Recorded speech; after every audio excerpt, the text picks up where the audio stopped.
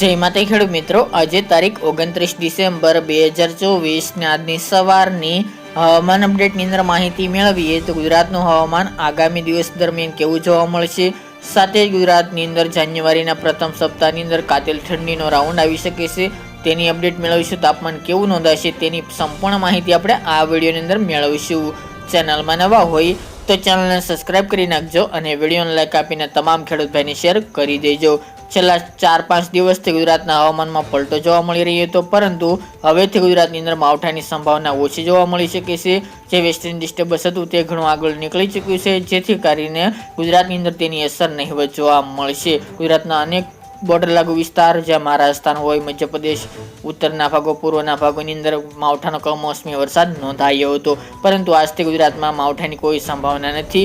તેમજ આગામી 30 તારીખથી ગુજરાતનું સંપૂર્ણ હવામાન એકદમ સાવ ચોખ્ખું જોવા મળે તેવી શક્યતાઓ જોવા મળી રહી છે. અને સાથે જ મકર સંક્રાંતિ એટલે કે 15 તારીખ સુધી ગુજરાતના હવામાનમાં પલટો આવે કે માવઠું થાય તેવા પણ હાલ તો સંજોગ જોવા મળતા નથી, એટલે કોઈ ખેડૂત ભાઈએ ડરવાની જરૂર નથી. બાકી મિત્રો વાત કરીએ તો જાન્યુઆરીના પ્રથમ સપ્તાહની અંદર તો ગુજરાતની અંદર હાલ તો ઘણા ભાગોની અંદર તાપમાન 10 ડિગ્રી તેના કરતાં પણ નીચું જોવા મળી રહ્યું છે. ગઈકાલના રોજમાં નલિયામાં પણ 4 ડિગ્રી આસપાસ તાપમાન નોંધાયું હતું. હવે ધીરે ધીરે ગુજરાતની અંદર ઠંડીમાં વધારો થઈ શકે છે. ખાસ કરીને ઉત્તર ભારતના ભાગોની અંદર ભારે હિમવર્ષા જોવા મળી રહી છે. તેમજ બેક ટુ બેક હજુ પણ વેસ્ટર્ન ડિસ્ટર્બન્સ આવવાના છે, જેના કારણે ગુજરાતમાં તીવ્ર ઠંડી જોવા મળી શકે છે.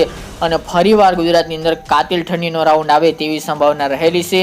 જે ઠંડી ડિસેમ્બર મહિના દરમિયાન જોવા મળી હતી તેના કરતાં વધારે જાન્યુઆરીના પ્રથમ સપ્તાહ એટલે કે મકર સંક્રાંતિ સુધી કાતિલ ઠંડીનો રાઉન્ડ આવે તેવા સંજોગો જોવા મળી રહ્યા છે, જેના કારણે નલિયા, રાપર, ભુજ, ભચાઉ, ગાંધીધામ, કચ્છના સમગ્ર ભાગોની અંદર તાપમાન ઘણું નીચું જઈ શકે છે.